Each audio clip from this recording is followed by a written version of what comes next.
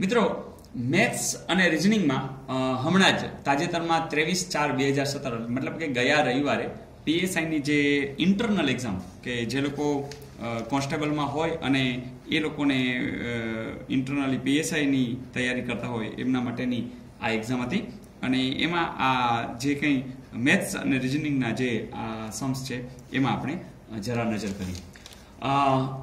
અહીં તમને 11,111 ગુણ્યા 11,111 આવું કંઈક આપ્યું છે. મિત્રો આના પહેલા મેં એક વખત આ ટેકનિક શીખડાવી હતી. આમાં શું હોય છે કે તમારે પહેલા એ જોવાનું, ધારો કે કોઈ કહે કે 11 ગુણ્યા 11 કરવા છે તો સાવ સહેલું. તમારે શું કરવાનું ખબર છે કે અહીંથી ગાડી ચાલુ કરો, 1 પછી આગળ જાઓ, 2 અટકી જાઓ, કારણ કે 2 સુધી પાછી વાળો ગાડીને, એટલે કે 1. કોઈ કહેશે કે 1 1 1 ગુણ્યા 1 1 1, ચાલો ગાડી ચાલુ કરી, 1 2 3 પાછી વાળો, 2 1. ચાલો કોઈ કહેશે 4 ગુણ્યા 4, 1 2 3 4 3 2 1. સમજાય છે? તો હવે તમને આની અંદર ખબર પડી જશે આનો જવાબ શું આવે, તો કે 1 2 3 4 5, ગાડી પાછી વાળીએ છીએ, 4 3 2 1. તો આનો જવાબ આવશે આટલી સંખ્યા. ઓકે મિત્રો, બીજો એક સરસ મજાનો સમ, 1,000 રૂપિયાનું 2 વર્ષનું 10% લેખે ચક્રવૃદ્ધિ વ્યાજ કેટલું થાય?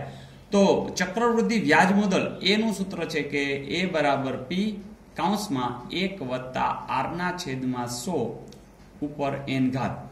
તમને ખબર છે પી એટલે મુદ્દલ છે, જે મુદ્દલ અહીંયા તમને આપેલી છે 1,000 રૂપિયા. પછી આર એટલે વ્યાજનો દર જે તમને આપ્યો છે 10, અને n એટલે વર્ષ જે તમને આપ્યા છે 2. તો આખો જે જવાબ આવશે એ વ્યાજ મુદ્દલ મળશે અને એમાંથી આપણે મુદ્દલ બાદ કરી નાખશું એટલે જવાબ મળી જશે. જુઓ છે 1,000. બીજું કે આ મીંડું વયું ગયું. પછી તમે આમ પણ વિચારી શકો કે 10 × 10 11/10 નો વર્ગ, એટલે કે તમે એમ વિચારી શકો કે 1,000 ગુણ્યા 11/10 ગુણ્યા 11/10.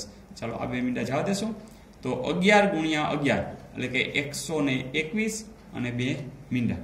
હવે સોરી 2 મીંડા અહીંયા આપણે 1210, એટલે કે 1,000 અને 1210. 1210 છે એ વ્યાજ મુદ્દલ છે, એટલે કે 1210 માંથી તમે જો મુદ્દલ બાદ કરી નાખશો તો જવાબમાં મળશે 210 રૂપિયા. તો જવાબ આવશે 210 રૂપિયા. બીજી વાત તો એ છે કે તમે એવું પણ વિચારી શકો કે ભાઈ સાદું વ્યાજ અને ચક્રવૃદ્ધિ વ્યાજનું જો પહેલા વર્ષની વાત કરીએ તો એ તો બધું સેમ હોય, તો આ તો મોઢે થાય PRN/100.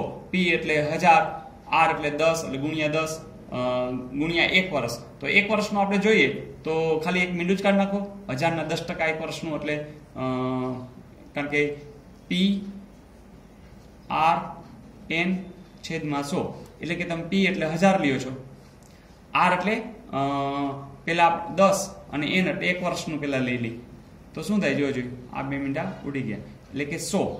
બીજી રીતે વિચારી તો સીધે સીધું 1,000નું 1 છે એટલે તો તમે 10% સીધું એટલે 1 મીંડું કાઢી નાખો એટલે 100 મળ્યા. બીજી વાત કે ચક્રવૃદ્ધિમાં પણ એવું થશે કે પહેલા વર્ષે તો 100 રૂપિયા જશે, બીજા વર્ષે શું થશે, બીજા વર્ષે વ્યાજનું વ્યાજ એટલે કે 100 રૂપિયા તો હતા જ, પણ એનું વ્યાજનું વ્યાજ એ પણ 10% લેખે તો એ પાછા 10 રૂપિયા થશે. બસ આ રીતે પણ જવાબ લઈ શકો 210. આ પહેલા વર્ષનું વ્યાજ, આ બીજા વર્ષનું વ્યાજ. તો ચક્રવૃદ્ધિની રીતે જોઈએ તો 210 રૂપિયા આ રીતે આવી જશે. તમે કહેશો સાહેબ એમાંય બહુ મજા નથી આવતી, હજી પણ કંઈક સહેલું. તો આ અહીં જે તમને વિકલ્પ આપ્યા છે ને એમાં તો આની કાંઈ જરૂર છે જ નહીં. આ તો આપણે ગણ્યું. શું કામ?